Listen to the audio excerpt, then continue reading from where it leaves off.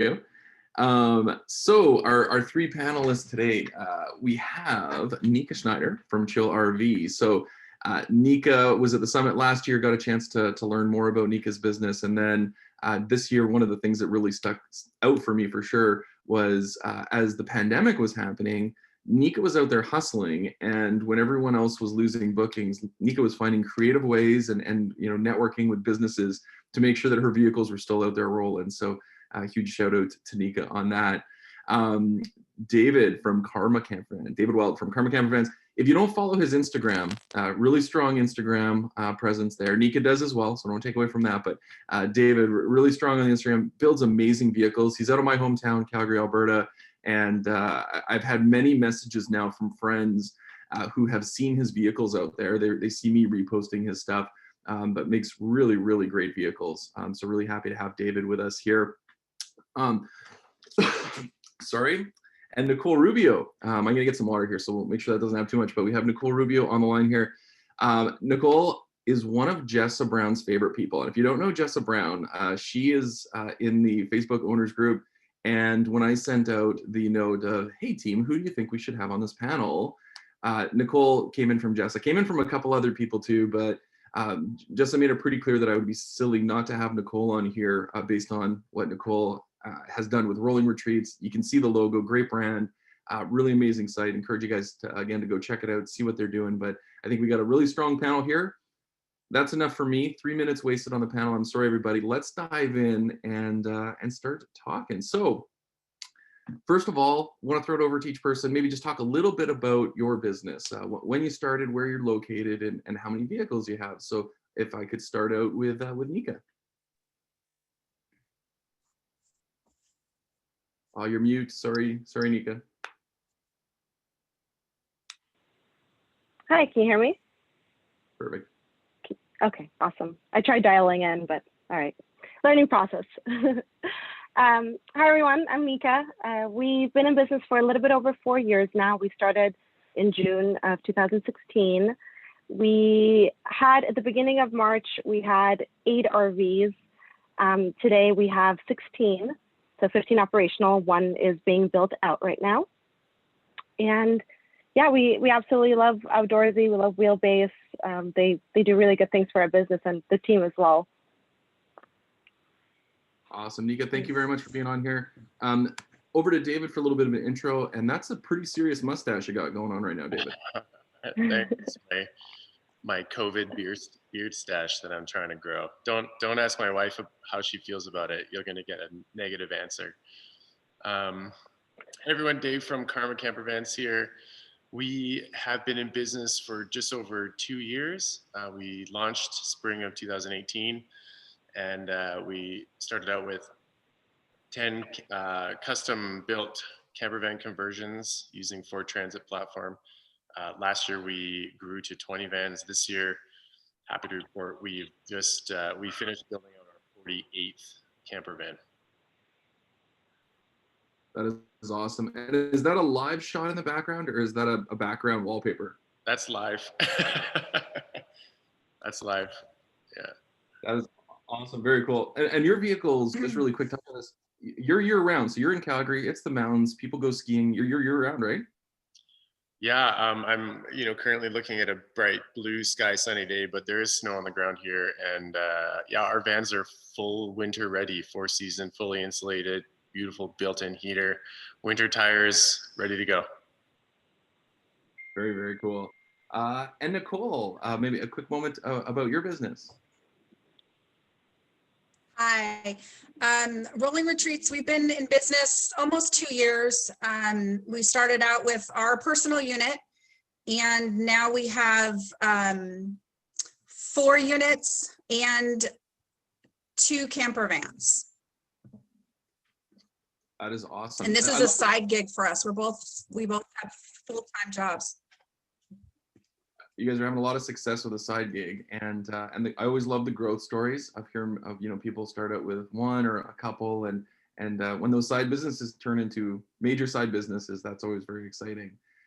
So just really quickly, the topics we're going to try to touch on, again, common topics that we hear dealers ask us on the Wheelbase team. as well as things that people ask to have some conversations about. A little bit on business planning. We're going to talk about teams and who's on your team, either directly or maybe partners that you work with. Marketing, always interested in the marketing side, of course. Dealing with escalations, and then talking about reviews. And then we'll get hopefully some last tips there at the end. If you have any specific questions that come up, please do drop them in the chat so that we can ask those as well, just in the chat to everybody there. So Nicole, just wanted to stay with you to start with on business planning. From a data perspective, what sort of data do you look at when you're planning for next year? We kind of just look at how the rentals went, which ones produced the best, which ones cost the least. Obviously, it's numbers. And then two, we kind of take into account what's our market doing, what's renting well in our area, what's missing, what isn't there that we maybe could fill a need for, and kind of redesign based on that. Our accountant has a little bit of input. He kind of, says little things here and there, and sometimes we take it, sometimes we don't. But mainly it's just looking at where we want our life to go in the next year, and then how this will fit, and what the market's asking for, actually. That's awesome. So do you track then a little bit of the bookings you weren't able to fulfill, either due to you were full or they were looking for a vehicle that you didn't have? We don't keep track of that, but we do remember, oh, somebody asked for this. We've got some pretty good alliances with people in our area that have items we do not have, and we refer out to them and they refer back to us. So it's kind of a nice partnership to work with people that are doing the same thing, but with different units than we have. Thank you. Dave, same question, just around data, and then also wondering how far out do you plan, Dave? So yeah, we look at a bunch of different things. We've got 2 years of bookings under our belt, so we're starting to see the trends and the curves in terms of booking rate, van utilization rate, number of days booked. I've got I built out a really nice spreadsheet that shows all those numbers, and then also compared those to reservation or revenue amounts per month as well as per booking. So a lot of data there in terms of financials, and then also even things like rates of how many times we change the oil in a van, or as well as tires, windshields, satisfaction rating, Google star rating. There's just so many different numbers to look at. We plan right now. It's hard to plan just in general. We don't really know what's going to happen in the near future as well as the extended future. So I think, as everyone on the call is probably thinking about, it's really hard to plan, but we're doing our best to plan for this week, next week, 1 year, 2 years, 5 years, and 10 years out. We all have our kind of blue ocean strategies and ideas, but also we have to be cognizant and think about what's going to happen, over the Christmas period or early spring, and be ready for that. Nika, how do you balance I need to plan for today, next week, next month, but I also got to start thinking about next summer? Well, for us, it's like, what does planning really mean? Does that mean getting new units? Because we're sort of doing that all the time anyway. For us, really, the planning comes down to staffing. So how much staff do we need? How many drivers do we need? Because we do delivery and pickup. I can't say, to be honest, that we do too much planning in advance. It's hard to plan, and it really is day by day. It's just, do our drivers know their schedule for the week? And do we have, because our inventory isn't really going to change. Not too many of our systems or anything is going to change from that. So it really is just sort of day by day for us. So I think one of the things that I bet some people on here are like, there's 3 really successful people and they're crazy on planning. And I know I've been in businesses that they spend like a week a year planning, and then it's all wrong the moment it's done at the end of it anyways, right, at Friday afternoon. So not saying planning isn't good, but hopefully everyone's taken a little bit away there of, cash management. Definitely know your numbers. You want to know all of those things, because as a business owner, as an entrepreneur, you're going to have to make decisions quickly. And I think one example is, you know, maybe you're walking down the street and someone's selling a brand new RV. You want to know in that moment, can I buy that RV, right? What's my cash position? Would it fit in? Would it be a good buy? So, you know, knowing your numbers, knowing where you're at, that's going to make it easier for you to make quick business decisions that are going to help you out. Nika, staying with you, you talked about your team a little bit, hiring, you got drivers. Who else do you work with? Who else helps you in your business, either as a direct employee or I know Nicole mentioned an accountant. Who's part of your team? Well, of course, accountant from the business perspective. Then we have myself, I do all the marketing and client relations. And then we have 3 drivers on the team. We have 2 cleaners, just because big fleet going in and out all the time. That's all in-house. Then outside, we have a body shop that we work with pretty consistently. And then we have a mechanic that we work with consistently. And then, of course, we have contacts like for AC and propane, things like that. But as far as the team, you actually don't really need that big of a team. But my dad also does double as a handyman. So things in the RVs do break kind of often, like handles pop off, or I don't know, the generator needs new oil, things like that. So it's really useful to have somebody that knows how to do that in-house. I think it's so much like having a home. You know, over the last, well, it was just last weekend, so last 5 days, both the AC in our house and our fridge broke. So you love those weekends, yeah. But when you know you can call one person who's going to do great work, which is our plumber, and then they had a great AC guy. I think it's very similar in business for you guys, right? You want to look after those really good partners. Nicole, you talked a little about team too. Who's your team? Well, like I said, we have the accountant. It's mostly Dave and I. Dave does the majority of the maintenance. He's great with Google. And we do have a mobile mechanic that is awesome. And he comes pretty much at the drop of a hat. We have, let's see, we've got Legal Shield. So we do have that on our back pocket in case of anything, which we haven't, you know, knock on wood, haven't had that issue. And then basically we do a lot of this in-house items ourselves. We have had a couple delivery drivers help us.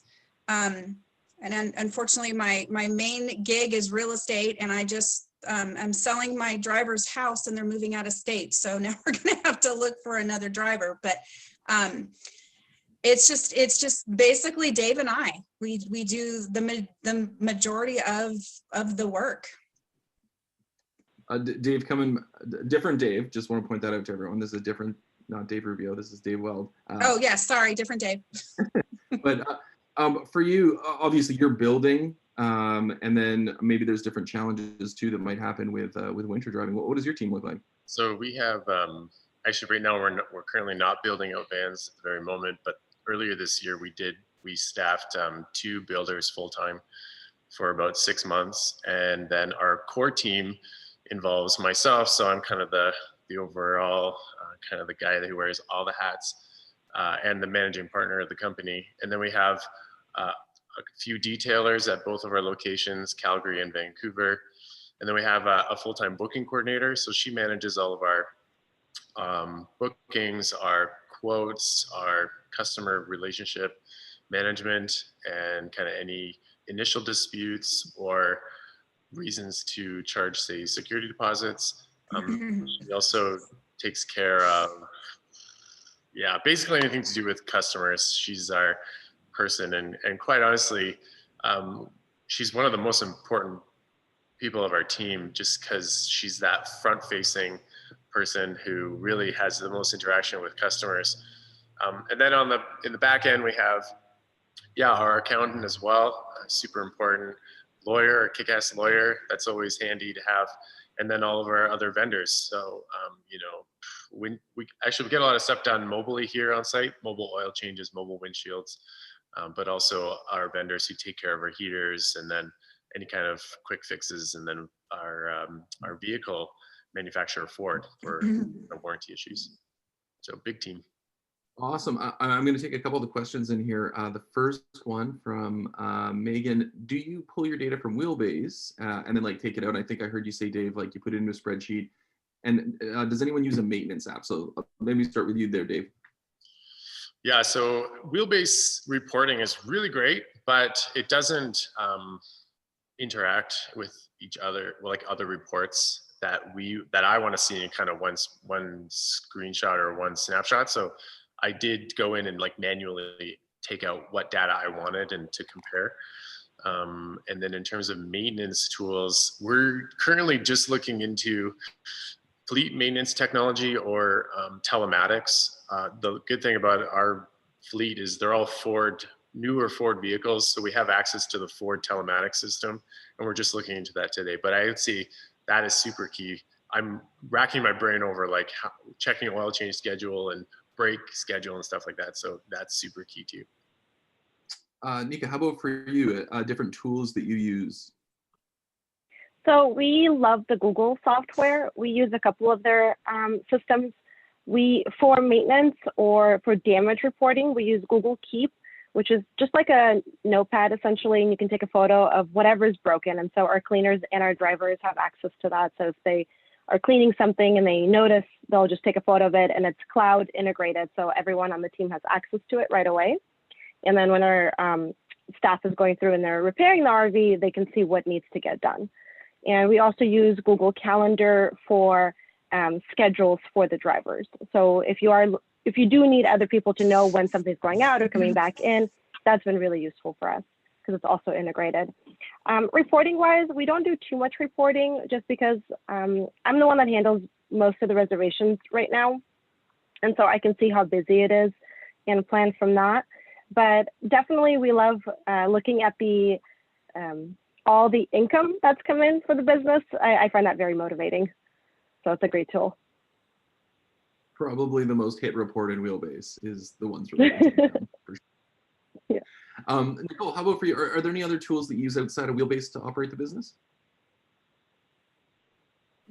Not really. I mean, Dave, we've got the Google calendars. We've got all that stuff, but it's mainly the Wheelbase platform and our own website too, which is funneled into the Wheelbase program. One thing, takeaway right away, and we're recording this, as we mentioned yesterday, hopefully everyone sees that up in the top corner of their screen. I'm going to copy paste that part of the recording straight to our product team because we've definitely heard over the years interest in maintenance. How do we get the reporting information maybe to either be able to pull in from other systems or more easily dump into something like a Tableau or Domino, all those different reporting tools out there. So I'll make sure I pass that over as more evidence that those things would be valuable. Let me just check on the next question here. We're going to get into marketing conversation here in a moment. So I'll come back to what tools you guys use for marketing here. Dave, I understand you've been going only 2 years. How many miles or years until you sell off your old stock? We're really anticipating those days where we're not paying for our vehicles, but gaining income from them. We have about a 4-year payout period on some of our vehicles. So I would say anything above 4 years at this point. That could always change. We might need a quick boost in cash, or vans just want to get rid of it for some reason.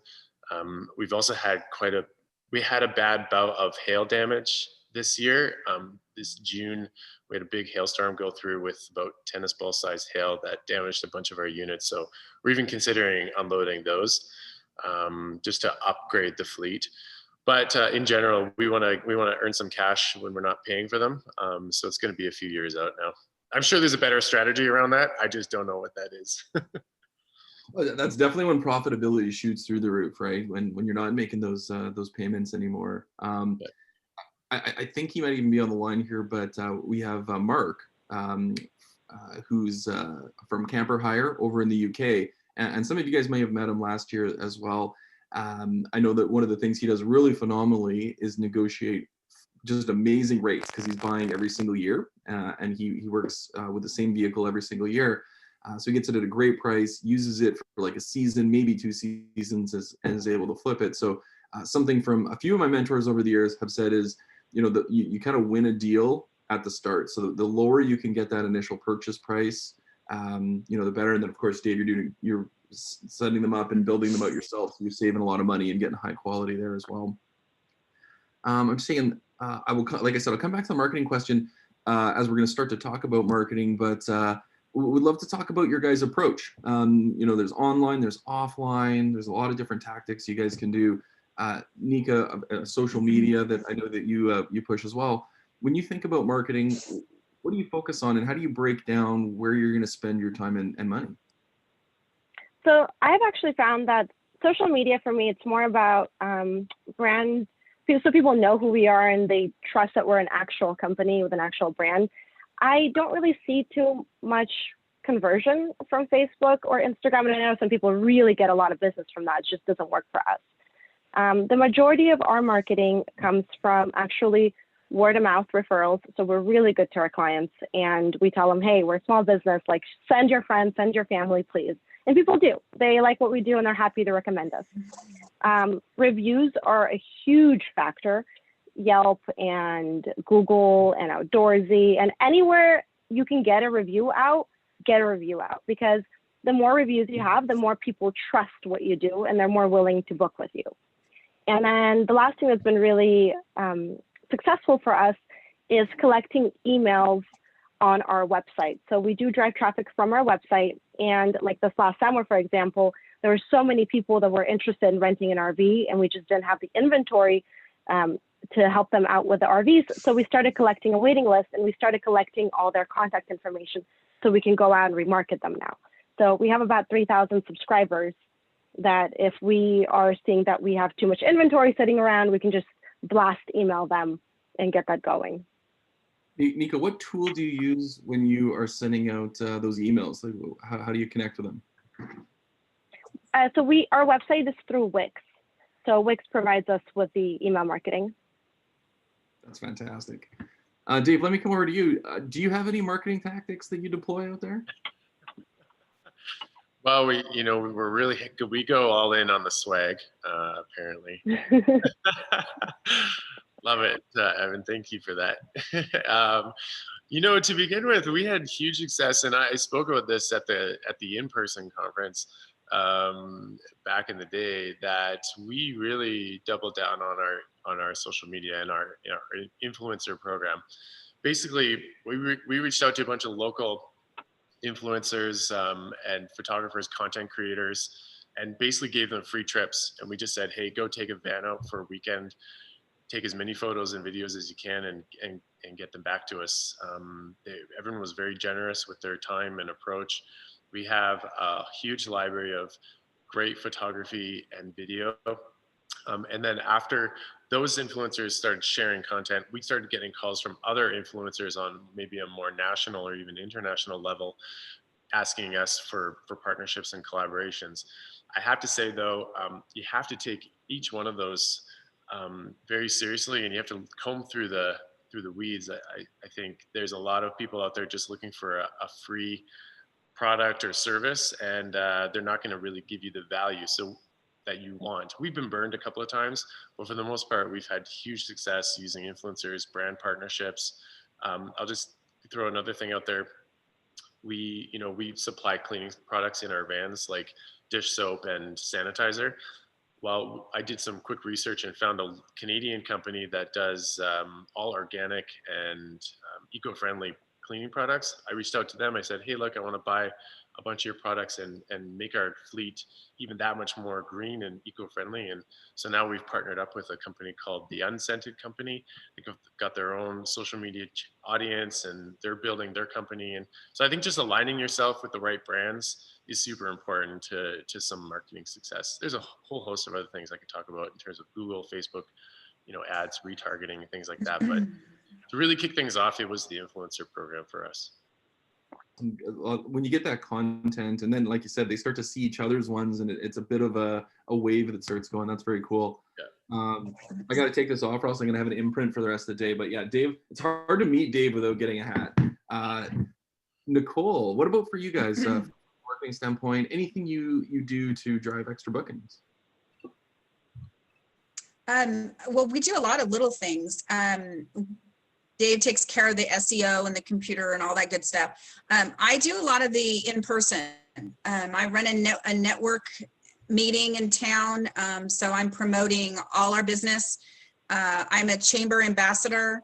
So being a member of the Chamber of Commerce, attending ribbon cuttings for other businesses, donating swag. I mean, that's a big thing.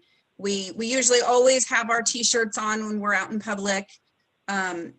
We have magnets that we put on the side of our tow vehicle. And, you know, if we're bored and we have some downtime, which is kind of funny, but we'll put magnets on the side of one of the vans and we'll drive around town. We'll park strategically when we eat dinner. We'll park where the most traffic's going to go by. And then after dinner, we'll sit and we'll look at the website and see how many hits we've had just based on the magnets on the side of the van. There's not many camper vans in our area, so it draws a lot of attention. When COVID started, they had an awful lot of birthday parades. So when kids couldn't have a birthday party, people got, and they drove by and honked and had balloons and everything. So of course the van with its magnets went out to a couple of these, and it draws attention. Swag is huge. Like Dave was saying, we give away a lot of swag. I do a lot of raffle donations, things like that, get our name out there. We've got an alliance with our window tinting company. We just are doing something with them and they plug us an awful lot. So there's a lot of really cool things if you just kind of get out of your own box and think of helping others. Your name gets out there an awful lot. Nicole, when I hear you talking about that, and even when you sent me the message around, hey, what if I talk about some of this offline stuff? I was so excited about that because I think we've talked a lot about digital even at this summit, right? And all the things you can do there. And it's really important to do those things and to have success there. But what you've created is an army of salespeople for your business and people who are aware of it, who know you, who are going to know you more than any other RV rental business. They like you.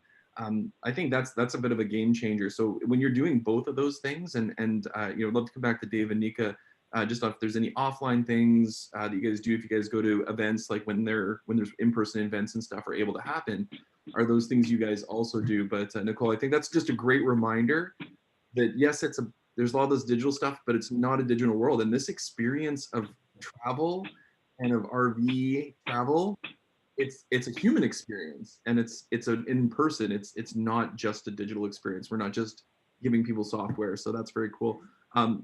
Dave, for you, anything offline you think is big win? Yeah, totally. You know, you got to pound the pavement some days. There were moments in our lifetime where there were no bookings coming in, and we were just like, what the hell is going on? We have no idea what to do right now. And so, yeah, we had a fleet of vans just sitting idle. And so I got a small team together, and we went out and we parked them strategically throughout both Calgary and Vancouver, just to get them exposed and shown. We even parked vans in Vancouver and left the lights on inside so people could, you know, look inside them at night. And we got in trouble a couple of times, and nothing was towed, thank goodness. But you know what? It's easier to ask for forgiveness than permission. So yeah, you're gonna have to pound the pavement. A little bit of guerrilla marketing goes a long way. And once your product gets seen, if any of you are looking at that kind of thing, we've got a big Karma Camper Vans logo on the back of our van, so it's pretty clear what we do and who we are. For those of you who rent vehicles that don't have any branding on it, I would suggest putting branding on there. It's your rolling billboard. It's free to do, not free to do, but it's your free billboard is what I'm trying to say. So yeah, lots of guerrilla stuff going on. Awesome. Nika, how about for yourself? So our vehicles actually don't have any branding on them, and we've been going back and forth about that literally all 4 years that we've been in business. Should we do this or should we not do this? I think I'm leaning more towards yes, we absolutely should, but my dad keeps fighting me on it. Anyway, what we do though is we have little cards in our RVs, and because our model, we deliver the RVs to the client's home, all the neighbors, and we found this really successful, the neighbors are like, oh, what's this? Where are you going? What are you doing? Can I come check it out? And literally people tell me all the time, like 10, 20 of their neighbors are going to actually come and like just while they're walking their dog and people are loading up, they're going to pop in and say, what is this? Who did you rent with? Like, where'd you get this vehicle? And then people actually hand out our cards. The only thing that I just literally thought of as we've been talking about this, maybe putting some sort of coupon code on it, so that if you do get a personal card like that, it's different than just the info, but it's an actual more of an incentive for somebody to book like that. Love it. We've Love also it. done, sorry, one more thing. We have done a trade show one time before COVID last year. It was a travel trade show, and that was actually really successful. We did have to pay to get into it, but we got quite a bit of clients from that. And we were the only RV at that travel show. Most of the other people were for international travel. So it really stood out. And I think the timing of that was really good. And then we've done like a truck show where we brought our RV, and we didn't get paid, or we didn't have to pay. It was just for little kids who wanted to come in and check out all kinds of different vehicles. They had fire trucks there, they had ambulances there. And then now they had an RV, and we put our branding outside, and we were handing out cards and collecting email lists. So it was pretty successful for us also.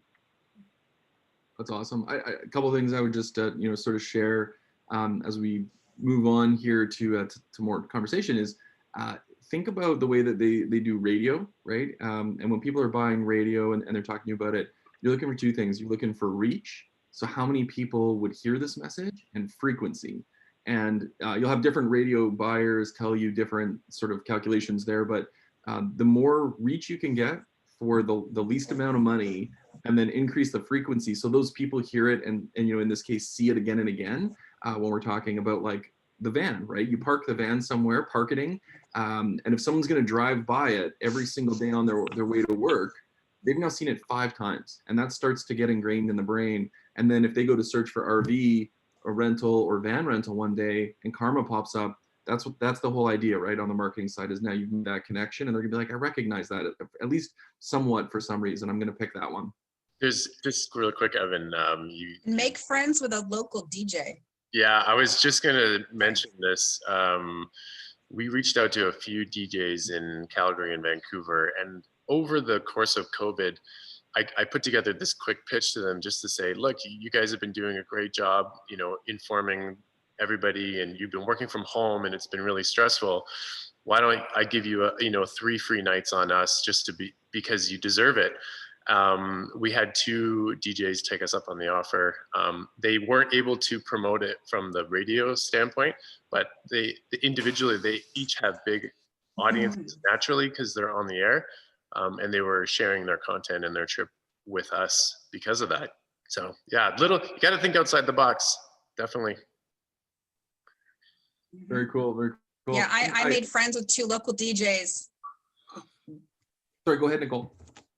Yeah, and I mean, yeah, you give them your swag and I had 2 of my friends happen to be local DJs, and they had a TV radio talk show on Saturday morning. So I always tuned in. I always made comments anyway. And boy, they did an amazing job sharing when we first got started. And of course they got swag. And so they happened to coordinate. They both wore their swag on the same day. And we made some funny shirts that were kind of a little on the risque side for the guys. And he got a kick out of that. So he had to wear that on air and laugh about it. And it got us a lot of airtime, and even just commenting on these local Facebook Live type things. It gets your name out there more and more people see it. And it's fun. People have asked me about that shirt, Nicole. I've worn it around Austin and I always get a chuckle. Yeah, it's even my chiropractor put it up on the wall. I thought that was pretty awesome. It's impactful. I think, and from dealers to the number of shirts I have, I think as Horace said, like it's fun to wear those. I love the outdoor space. I love what we're doing and what we're bringing to the world. So for me, it's always fun to, whether it's Wheelbase or an Outdoorsy or a Karma or any shirt that I can bring out, those are always fun to talk about. So that's very cool. I think another thing, and I shared the polling results there, there's people out there that's doing paid social marketing. That was probably the biggest one that surprised me, the amount of people who are doing some promotion.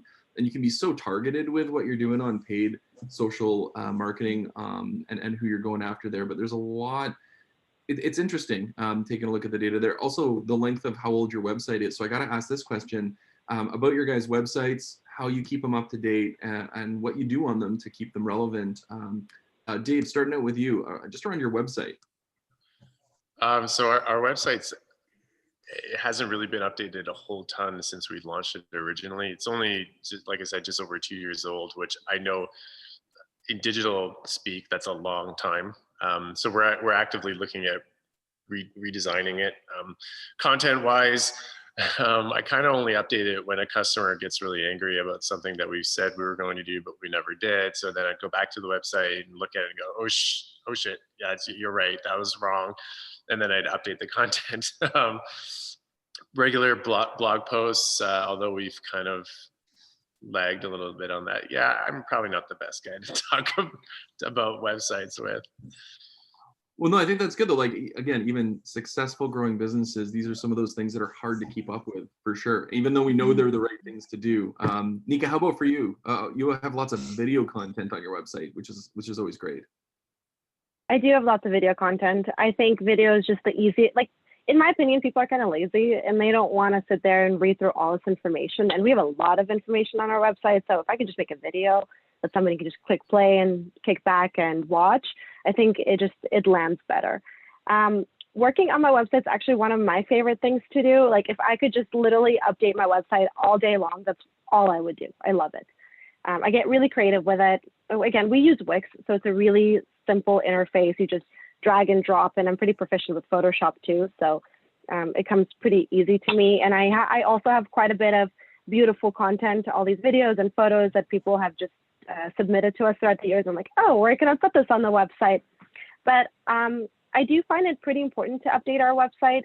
And what I mean by that is I think that Google actually recognizes when your website is getting refreshed, and it thinks it's providing better content because it's more up to date, and then they boost your rankings better. So at this point, organically, without any marketing, knock on wood, we're ranking on the first or second page of Google for some pretty competitive keywords without any marketing, just because we are updating our website all the time. And I'm doing it just because I love it, not because really I have to too much.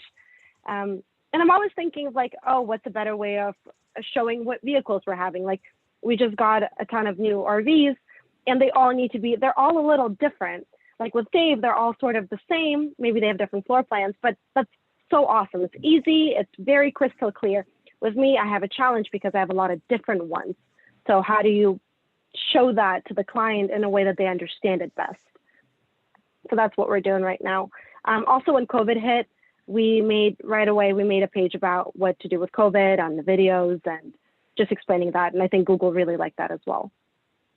Yeah, absolutely. Updates, lots of transparency there. I just want to get through the rest of the some questions I see in here. I think Dave, probably best one for you on this one. Michael, he's in the Seattle area. Lots of people doing lots of miles, 200 to 300 miles a day. Are you experiencing that? And how do you price to make sure that you're looked after financially? So we offer 200 kilometers per night booked as included in your rental. And then we have add-on packages for 500 and 1,000 kilometers at 25 cents per kilometer, which is about or just lower than I think our kind of closest competition. And then if they go over without pre-buying those packages, then we charge them 40 cents a kilometer. So there's an incentive to pre-buy those. We also don't refund those kilometers or the money that they buy on those kilometers. And we also we're pretty cool about it. Like if we always tell people, if you're coming back from your trip and you need more kilometers, you can always add them on. So we're pretty good about that stuff. I love those scenarios where you almost create the potential for a bad experience. And then if you can, kind of be like, we're going to look after you, then they love you even more, right? That builds even more. Another question in here was around packages. So Nicole, maybe if I can start with you, do you guys do anything around like packages, adding anything else for trips along with the nightly rates? We have a barbecue they can rent. We just added for the vans, we added a bike rack and a kayak rack combo. So they can rent the kayak rack.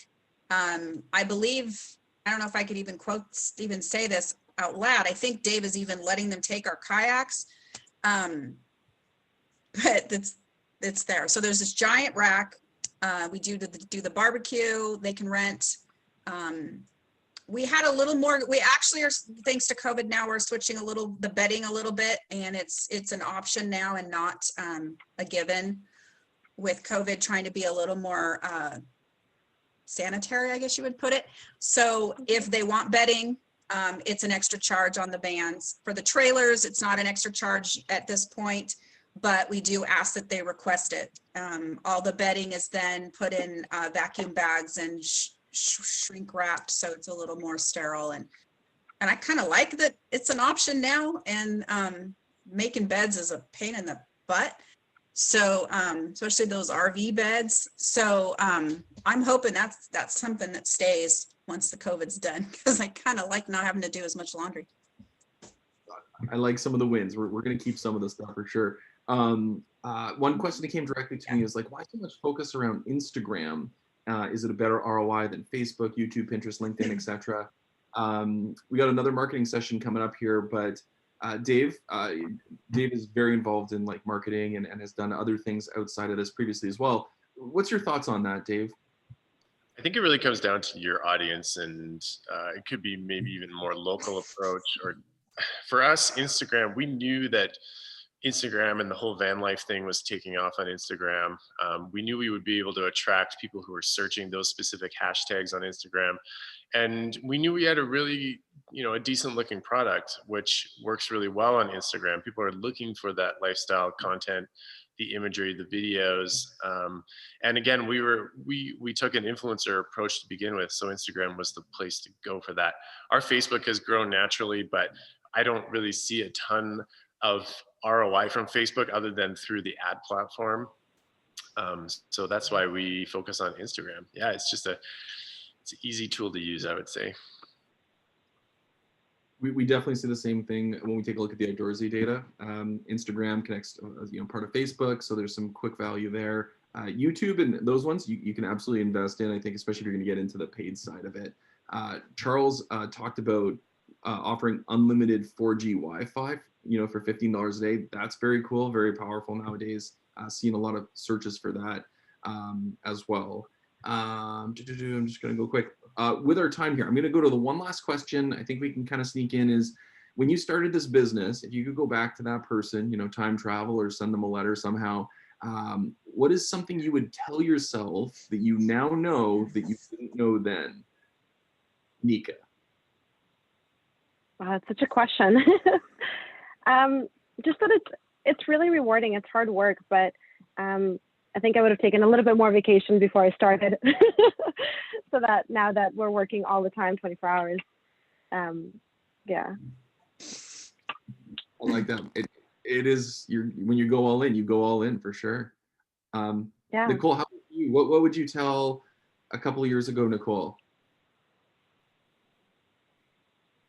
I would say vans.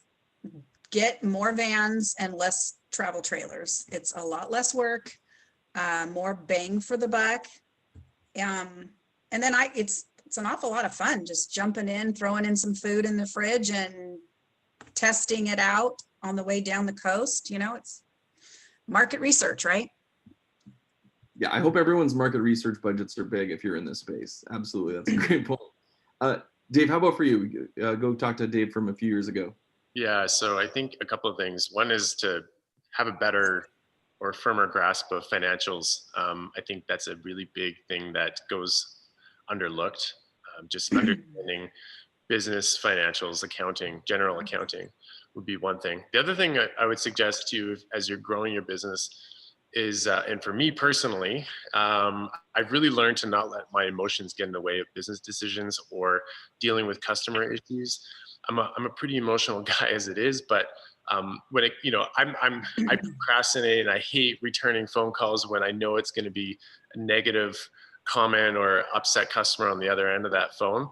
But as soon as you understand that, look, you're actually going to turn this into a good thing or make it right, then you can kind of get through that. And then the third thing I would suggest is, kind of what Nicole was mentioning, email addresses to the top travel editors in North America would have been really helpful.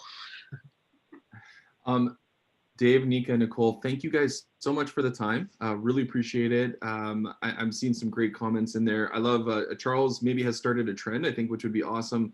You know, if everyone tossed in, what's the biggest tip that they would go share with themselves from a few years ago?